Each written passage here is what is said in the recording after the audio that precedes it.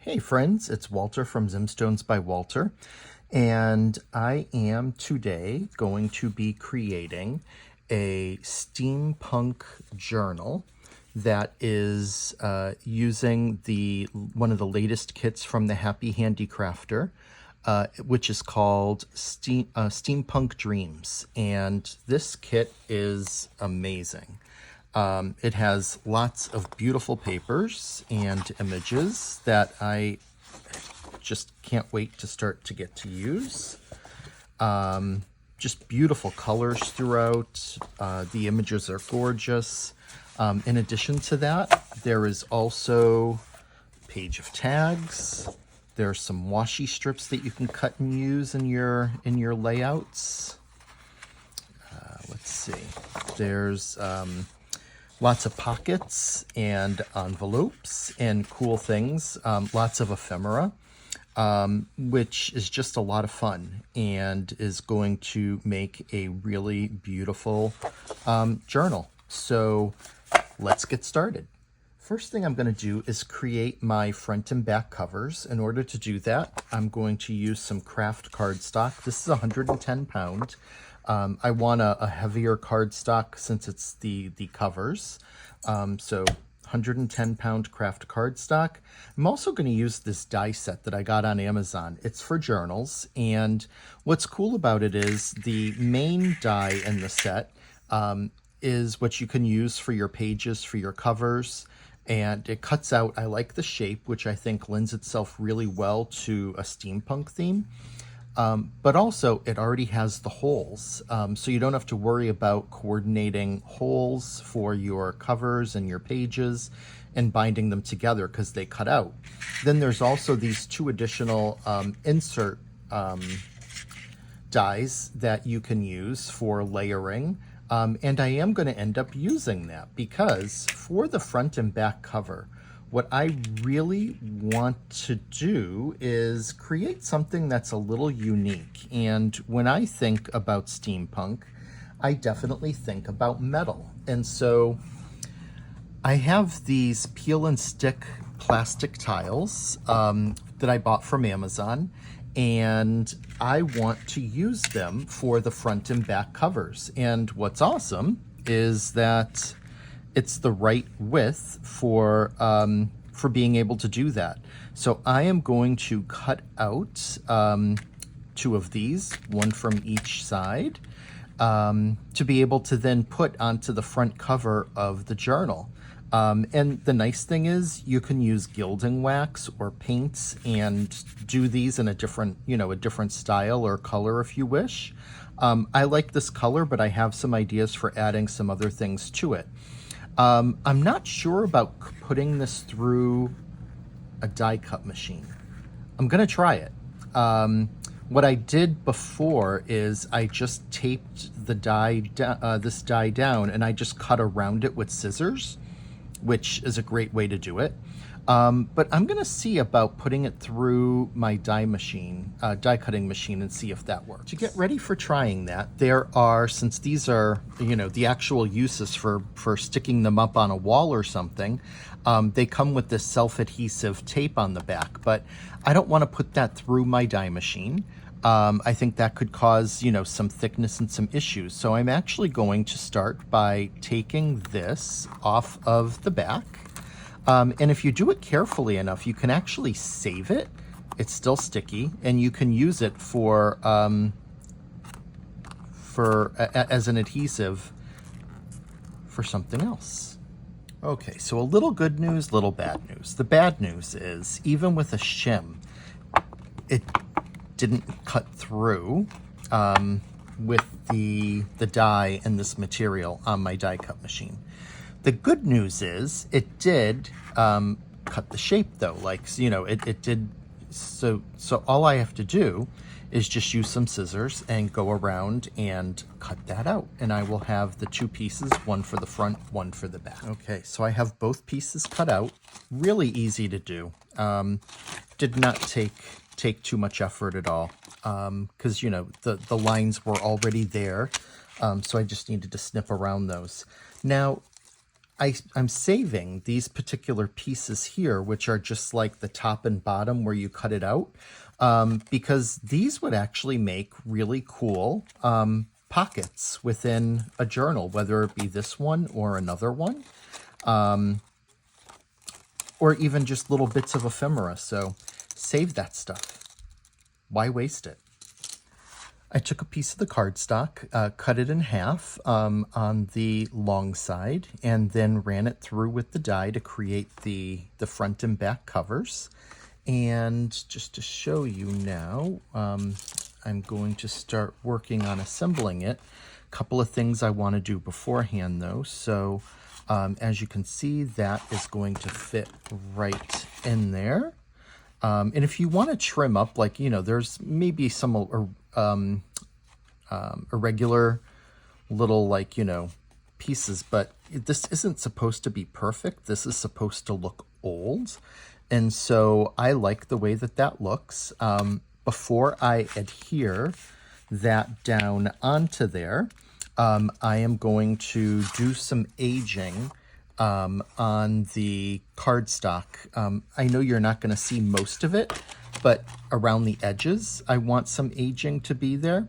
And also, like on the spine here, I'd like there to be some as well. So I am going to do that next. Okay, so I have my trusty spray box out, which is what I use for spraying the colors. And so I'm going to be using a few different sprays and mediums. I'm going to be using the Chroma Mist Acorn by Brutus Monroe. I'm going to be using the Worn Saddle Shimmering Bliss spray by Technique Junkies. And I will also be using some Lost Shadow Distress Stain, as well as, I know it's in here somewhere. Once I find it, there it is, the Antique Linen. And so I'm actually going to start with the Antique Linen. And again, I'm not so worried about the center, but I definitely want spray on the edges. So I'm just going to start spraying. And it's kind of random. It doesn't have to be, like, you know, exact, because this isn't, again, like a perfect type of thing, if you will. It's you just want it to look aged. And I love this acorn one from Brutus Monroe. It's so dark and rich. And then I'm going to spray with some of the Shimmering Saddle. You want to give that a good shake before I spray it. And let's get that on there. Just wipe that up a bit, clean it up before I put the cap on. And I'm actually thinking there may be, sorry, I spilled a little bit here. Let me just wipe that so it doesn't get on clothes or anything. There may be a little bit more spraying, but we'll see. So then, after getting those sprays on, what I want to do is take I always keep a spray bottle of rubbing alcohol. And the rubbing alcohol interacts with this in a really cool way. And I don't know if you can see how it kind of models it up a bit and brings it together. So I'm going to get up my heat tool, dry this, and then see if there's any other spray I want to add. Okay, so I'm happy. I'm really happy with these. I like the way they came out. Now I'm going to flip them over, and I'm going to actually first put something under so I don't get a lot of that blue onto them. That's one of the things about spraying like this. But now I'm going to spray this side because I'll have something on the inside that will cover up, but I'll still want the same kind of effect on the outside. So once again, I'm going to just do some spraying. The other nice thing is that this will even out the paper and help it go ahead and uncurl and stuff like that. So I'm just going to do my random spraying and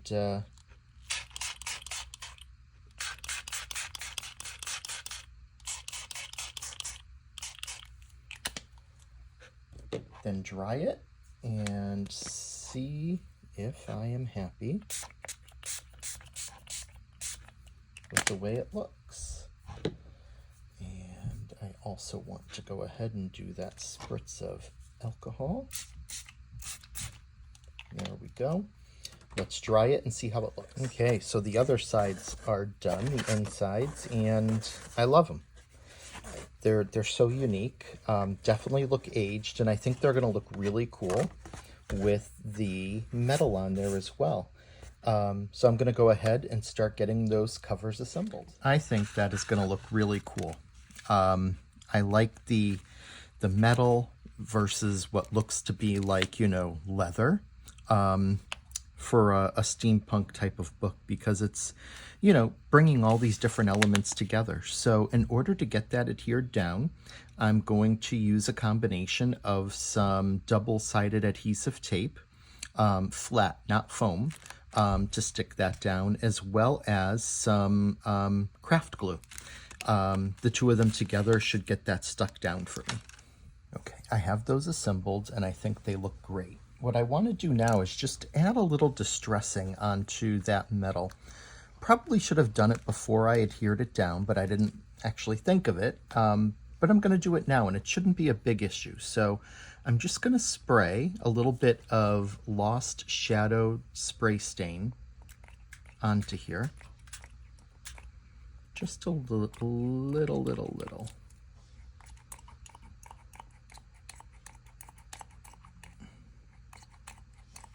Oh, that one's almost empty, so I need to... There we go.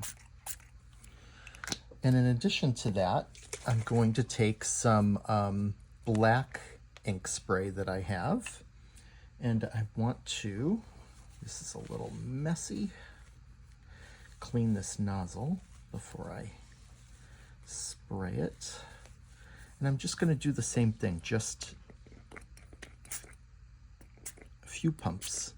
And if some gets onto the cover, that's absolutely fine, because that just will add some additional stain and age onto that. So once that's done, I'm going to take a paintbrush that I've wet down with a little water, and I'm just going to quickly like spread that around. And we're not going to end up keeping it all, but I want to get some coverage there just to like provide somewhat of a dirty or distressed kind of older look.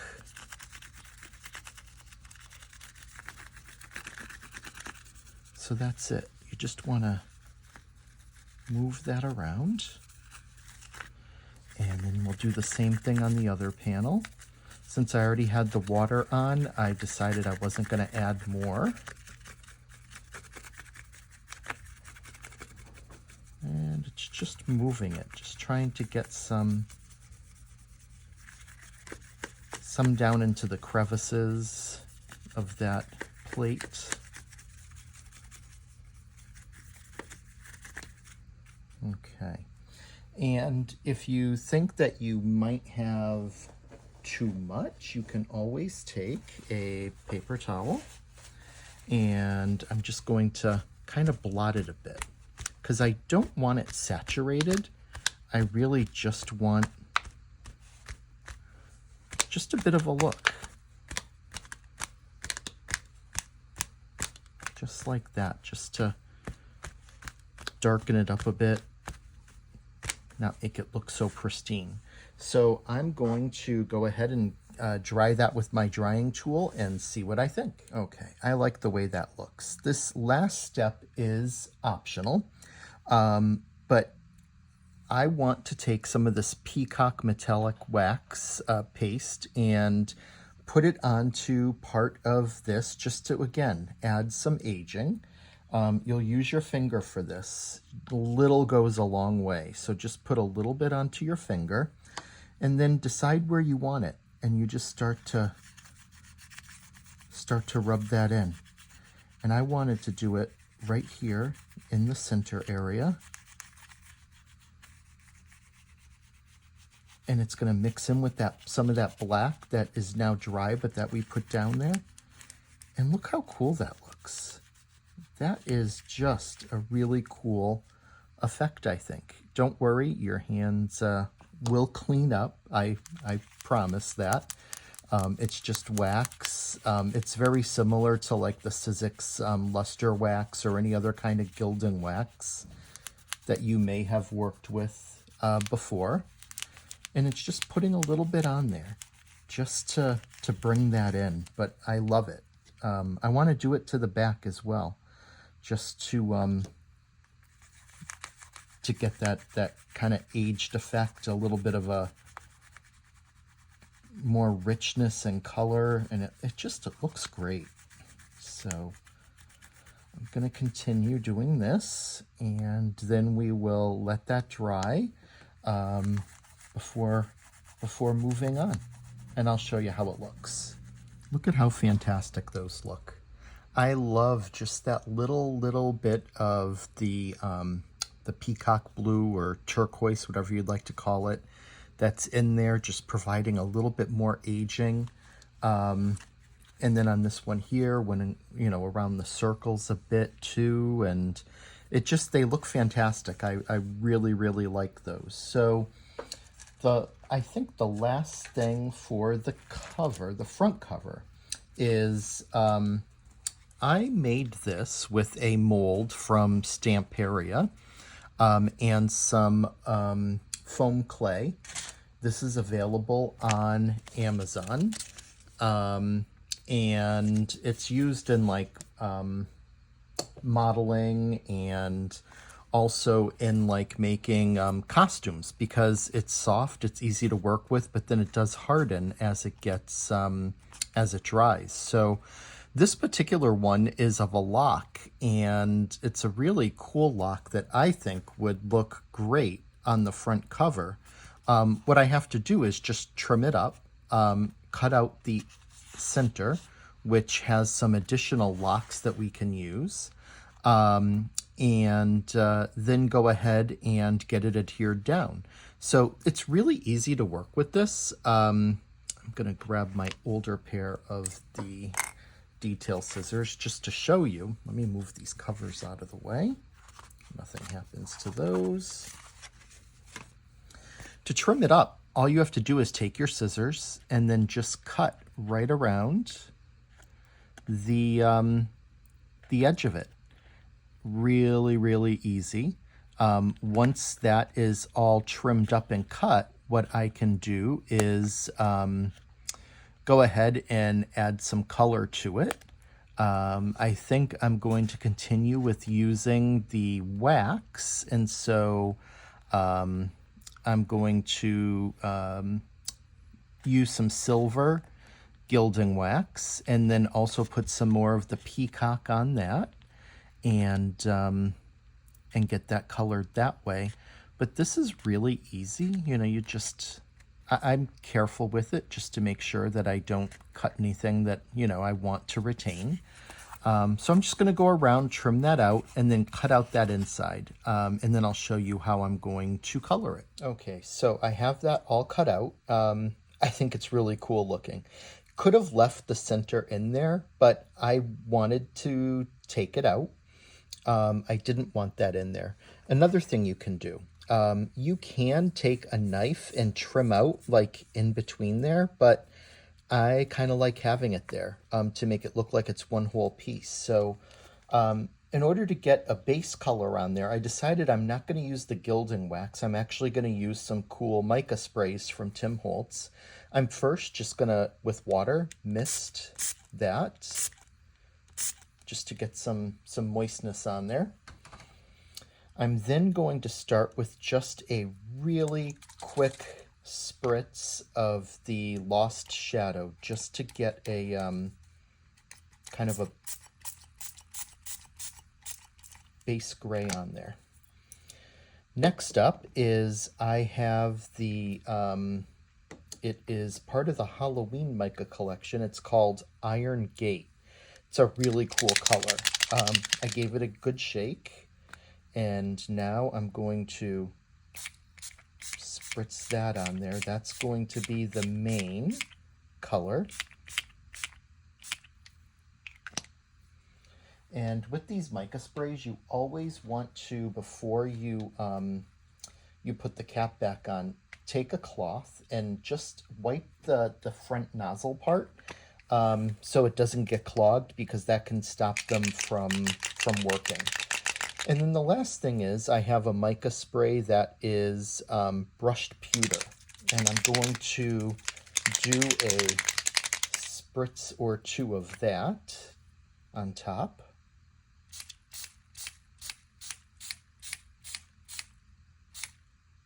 There we go.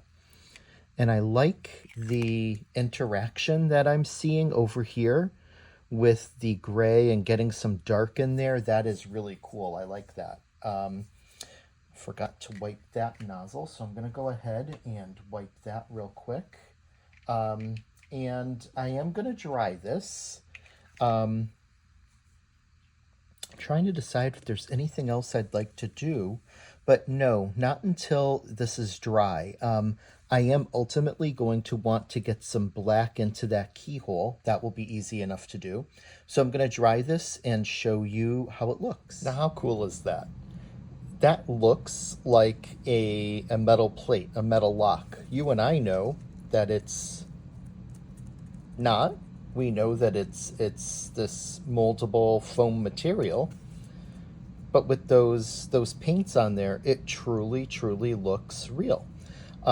What I'm going to do to cover up the sides that didn't get any spray is, that's where I will, I think, take the gilding wax, silver gilding wax, and put some just around there, just because I like to make everything look, you know, get it covered and make it look as good as possible. So, or I can also, actually, I think I can take a metallic silver pen, a marker, and go around. I'll decide, and I will show you what I end up doing. So I do have a marker. Let's try that. Yeah, that's actually going to work really well. It's just going around the sides to, you know, get that covered up. Cover up our secret that it's foam. People can think it's metal if they'd like.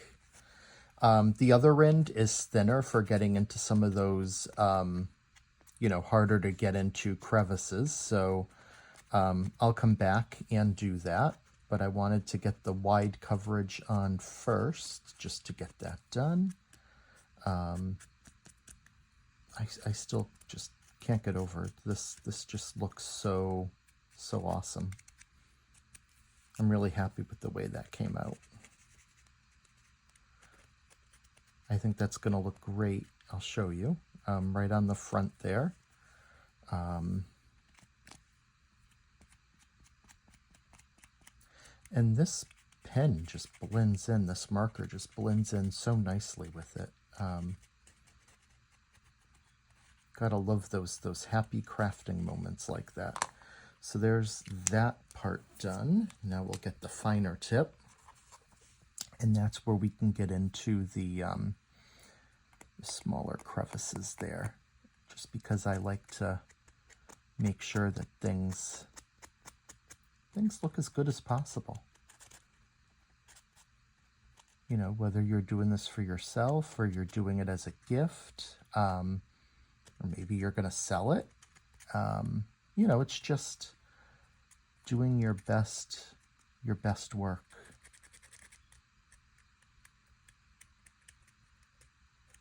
I don't like to take any shortcuts. I like to have things look nice, look good. Okay, over here, you can get right in there. And if you wanted to do the wax, you're welcome to do that. That would be a really nice option too, but I didn't see the need after getting that part done. So the last thing that I want to do before putting some of that silver on is I want to grab a black marker and to come in and just add some black in there just to make it look dark and actually make it look like a lock. There, I like that. So that's done.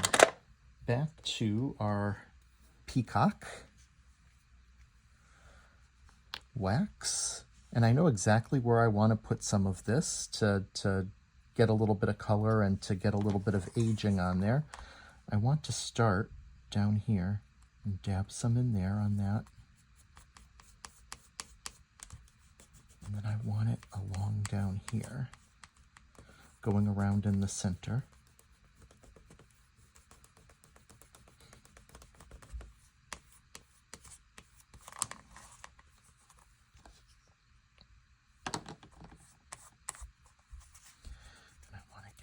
Too, just to make that look like it's got some age. And then, you know, you can rub this with a paper towel like we did the last time, and you can take, you know, lighten it up a bit, take some of it off, add more as you see fit. You know, it's whatever you like. You can put it wherever. It's really just about getting some additional detail and age on there. Wherever you want. Okay. So with that, I am going to now take my paper towel, clean off my finger a bit. And then just take it, and if you see that there's some caked up in an area that you don't like, you can take a pick or a toothpick or something like that and go ahead and get it out of there. I kind of like it because it looks like it's kind of oxidized and built up a bit, and paper towel does that. You can just, you know, toss that to the side. But yeah, that looks good. I'm happy with that. Again, just getting the age and the oxidation on there. And now I am going to glue that down onto the front, and that will be our front cover of our journal. Okay, so the lock is on there, and I think that is an awesome look, especially for, you know, the type of journal that we're working on, which is steampunk, and I'm digging it. I really like it. So now we can move on to putting something on the inside front cover, on the inside back cover, and then our covers will be done, and we can start working on the inside of the journal. Okay, I just finished doing the inside covers, both the front and the back, and I love them. I really like the way they look. So the covers are done, and now we can move on to making the inside of our journal. With the covers done, I'm going to now turn to making the pages for inside. And what I did is I used the template to cut out, I actually did 10 of the pages that will act as, that have the holes on the side so that we can bind them into the journal. And with that done, I'm going to start selecting and cutting the paper that I'll put onto the pages, and start designing some of them. I'm not going to design everything because I don't know if this will be a journal that I'll keep or that I'll give away. And either way, it's something that I can work on at a later time as well. But I'm going to get that started. So I finished the journal. I decided to put a ribbon around to be able to tie it closed to make sure that it stays closed, nothing falls out. You then have the front cover with that beautiful lock and the metal tile in the back. Beautiful lace framed picture. Some tags. Cogs. What I love is the very empowering sayings that are on these tags that are around more cogs and keys.